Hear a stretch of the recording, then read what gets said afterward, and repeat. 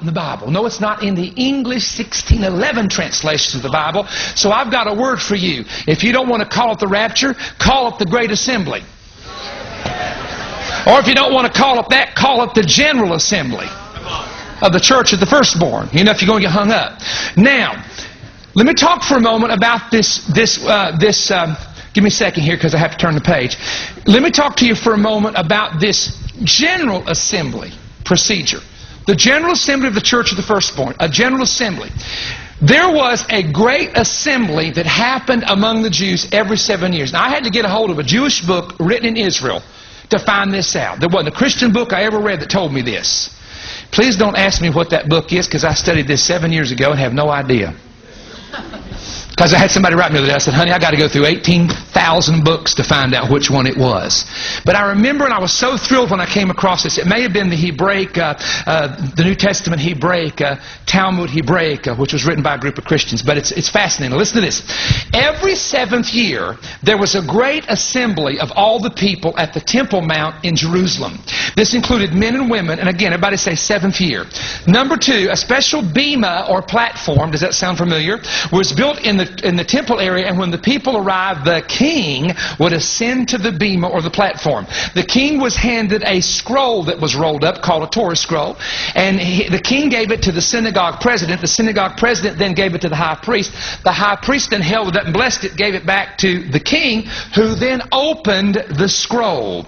When he opened the scroll, he began to read publicly before all the people what was written in the scroll, and this is the only time gold trumpets were used. Now watch this. Shofars are always used during new moons and feast days. Silver trumpets were used during Yom Kippur and during certain days. Also, the long silver trumpets were used for the calling of the camp and the journeying of Israel in the wilderness. This is the only time I could find on record where a gold trumpet was made, and it was only blown every 7th year at this time. A special gold trumpet. Now you say, okay, that's interesting, that's neat history. Perry, what does that have to do with the rapture of the church? It has to do with this. Now don't miss this. Number 1, there is a trumpet of God that sounds at the rapture. It says the trump of God. Not a trump of a 7th angel. Talk to me now. Not a trump of an angel. It's the shout of the archangel, but it's the trumpet of God. God's metal is gold. You've heard me say it. Gold is deity, silver is redemption, brass is humanity. So a trumpet sounds of God, which only makes sense for it to be the gold trumpet, logically speaking. Then the crowd gathers where? In the heavenly temple. Now that's where the bema, that's the Greek word judgment seat of Christ. Judgment seat is bema in Greek. A bema is a raised platform. And that's where the king stood. What do you see in the book of Revelation? You see Jesus being introduced on the throne room floor as the Lion of the tribe of Judah. Hey, that's not his priestly position. A lamb is his priestly position. He suffered as a lamb, brought redemption by his blood. So a lamb represents him as a priest. The priest offered a lamb, but he's also a king. He's coming back, King of kings and Lord of lords. And that's why in chapter 5 of Revelation, John says, I saw a lamb, but he was the Lion of the tribe of Judah. That's his king. He's a king from Judah. Are you listening?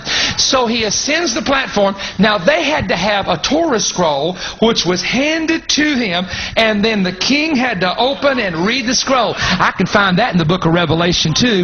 There's a 7-sealed book in heaven that's sealed, and they're going to give it to the Lamb who is the Lion, and he's the only one worthy to break those seals. Watch out now.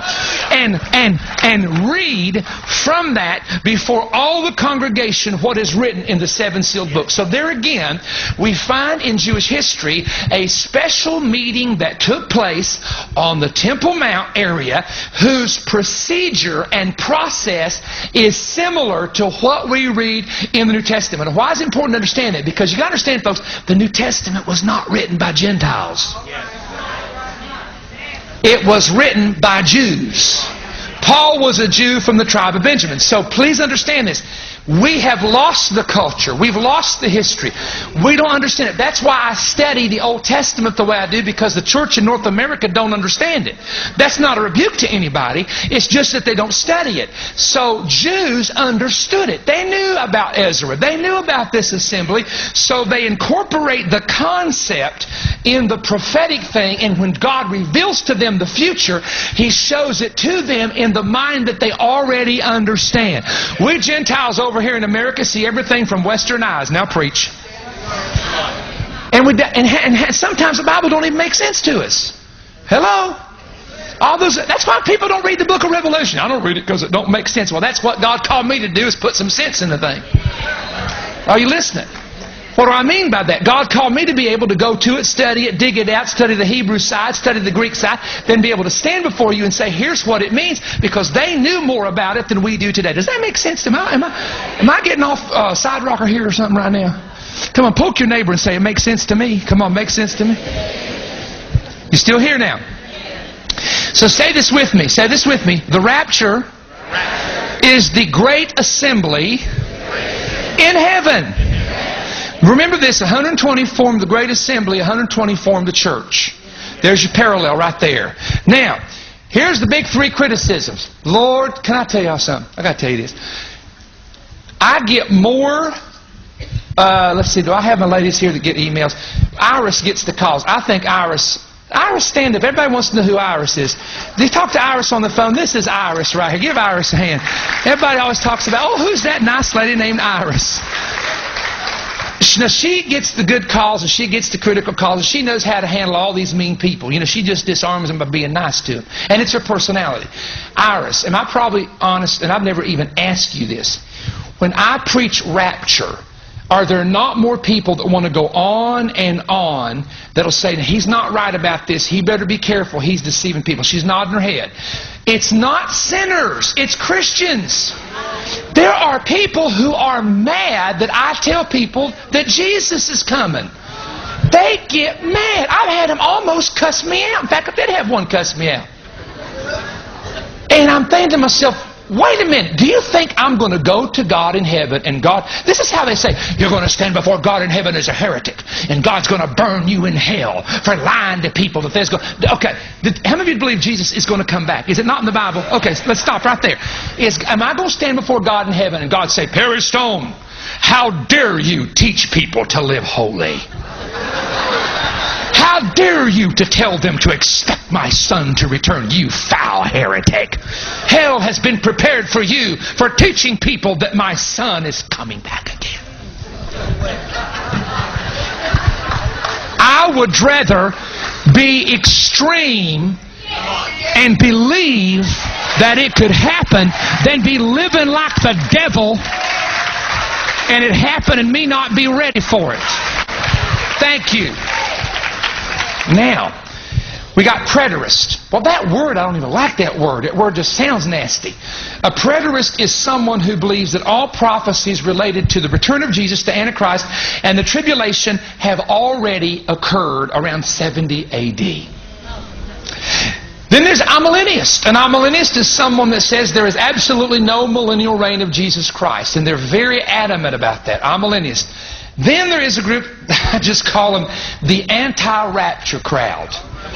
No matter what you teach or what you preach, they just do not believe there's going to be something called a rapture. Now, I'd like to tell you why. Can I give you a secret? I know some of the preachers who do not believe in the rapture. And I would like to tell you, most of them are getting drunk and fornicating.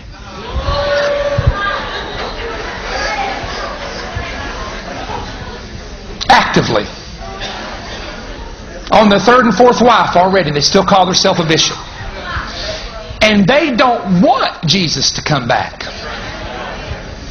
I heard one of them get on television talk about that all these hillbillies up in the mountains that want to escape because they want Jesus to come back. And this person didn't want to escape because they wanted a yacht, they wanted a house. Hey, that's fine. Get it all. But when he comes, you're going to leave it and you ain't going to have nothing in heaven if you make it. Some grandma's going to have your house. Woo! I had to woo on that one. Well, arguments against the rapture. This is the big one. Everybody on my staff knows it. And Gina gets emails too. I had a guy call me one time. He was a well-known guy. Won't call his name.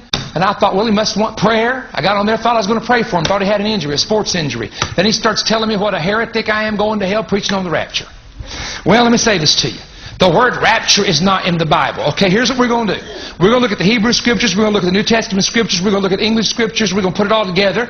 And we're going to find out, are there any clues outside of the 4 verses I quoted? I mean, I gave you 4. That's very clear that's going to be a gathering together. But is there any proof in the Old Testament? Now, I have always heard all my life by rapture fighters and even by people who believe in it. And I think I've even said it a few times. There's no indication of the rapture in the Old Testament. Wait a minute. Let's go back, Perry Stone.